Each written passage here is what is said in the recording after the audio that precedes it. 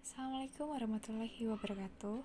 Saya Prastanti Prada Anandita dari Prodi Psikologi PS1C ingin menganalisis film Hope 2013 yang disutradarai oleh John Ikli. Sebelumnya, jangan lupa untuk like video terlebih dahulu ya.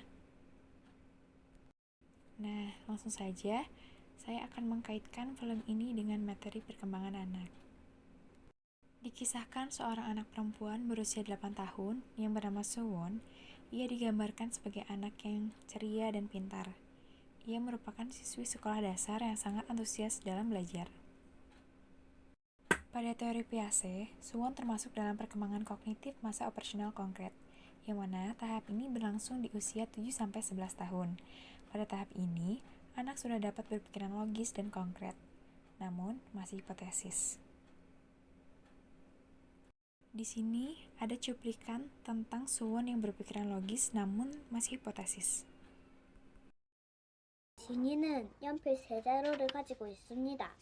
두 사람이 똑같이 가지려면 어떻게 해야 하는지 해결 과정과 답을 쓰시오. 그래서 니 뭐라 썼는데? 아무것도 안 썼다. 와! 1. 문제만 길지 9에 3을 더하고 둘로 나누란 소리 아이가? 그게 그렇게 간단한 문제가 아니라고. 내가 이 영수를 영석이라고 생각하고 진이를 때로 생각해 봤거든. 영석이? 영숙 카가 호락호락 연필을 주겠나? 둘이 똑같아지려면 영석이가 내한테 세 자루를 줘야 되는데. 영석이가 내 거 뺐으면 뺐었지. 실컷 내한테 안 주단 말이다. 그 해결이 아니고. Nah, keesokan harinya, hujan turun dan Suwon terlambat masuk sekolah. Dalam perjalanan menuju sekolah, ia bertemu dengan pria dewasa, yang ternyata pria tersebut melakukan pelecehan seksual pada Suwon. Pria itu juga mencekik dan merusak tubuh Suwon secara tragis. Kemudian, Suwon dilarikan ke rumah sakit.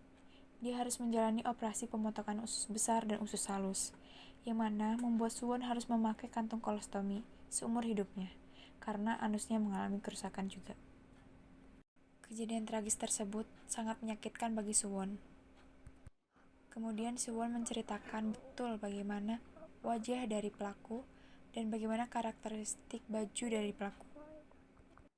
Dan memori yang dia lihat dan dia rasakan itu masuk ke long term memory, yang mana dia bisa ingat sewaktu-waktu pada saat dia besar.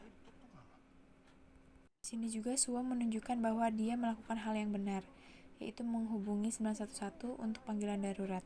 Pada tahap ini, operasional konkret pada Suwon telah berjalan. Psikolog pun datang untuk mencek mental health-nya Suwon. Di sini, psikolog sembari mentes apakah Suwon dalam kondisi sadar atau tidak, karena dia harus menunjukkan foto pelaku agar pelaku segera ditangkap. 나는 소시지 코코몽 장난꾸러기 코코몽 아줌마 이쁘제.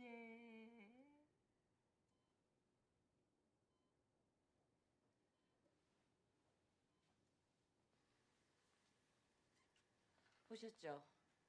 지금 임소원 양은 자기 소신도 뚜렷하고 의식이 아주 분명합니다.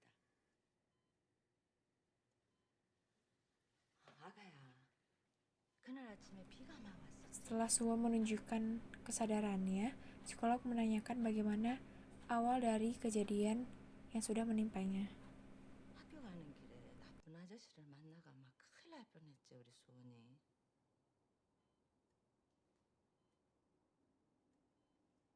그 나쁜 아저씨 아줌마한테 말해줄 수 있겠나?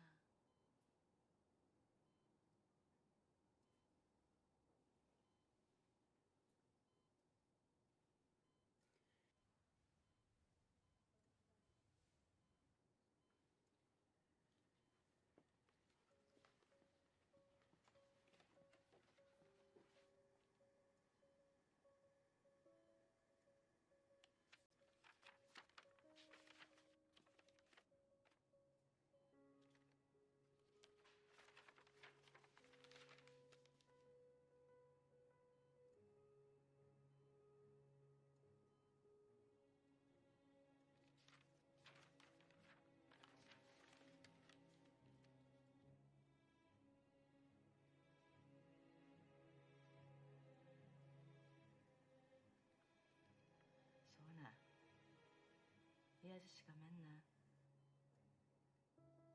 뭘 보고 이 아저씨가 그 사람이라고 생각했는데.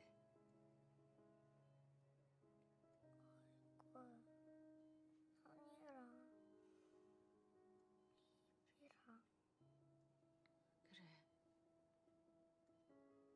그래. 그런데 혹시 모르니까 우리 Di sini, Suwon benar-benar menunjukkan kebenaran wajah dari pelaku yang sudah menganiaya dia.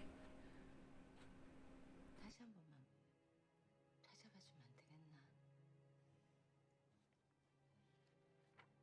소원아, 그러지 말고 우리 다시 한 번만 찾아보자. 어? 착하지?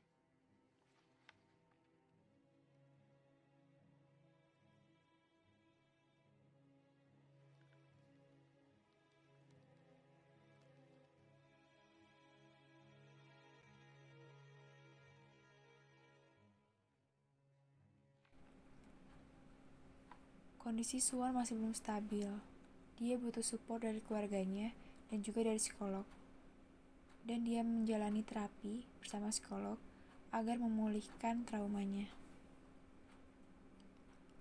Hingga pada akhirnya dia pulang.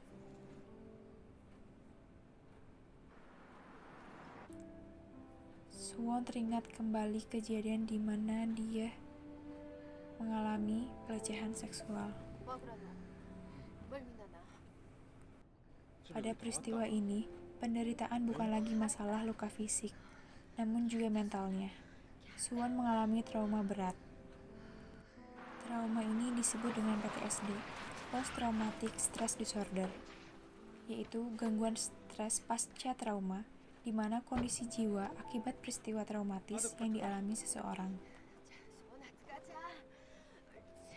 Perkembangan kognitif, emosional, dan psikososial Suwon terlihat di sini. Dia berani menunjukkan siapa pelaku yang setelah menganiaya dia. Namun pada saat ayahnya geram pada pelaku, Suwon menarik ayahnya agar tidak memukul pelaku. Di sini, perkembangan emosional Suwon terlihat jelas.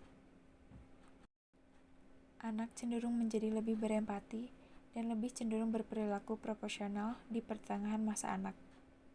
Sikap empati memperlihatkan program dalam otak anak normal. Mungkin sekian yang dapat saya sampaikan. Terima kasih semua yang sudah nonton. Mohon maaf apabila ada kekurangan dan kesalahan.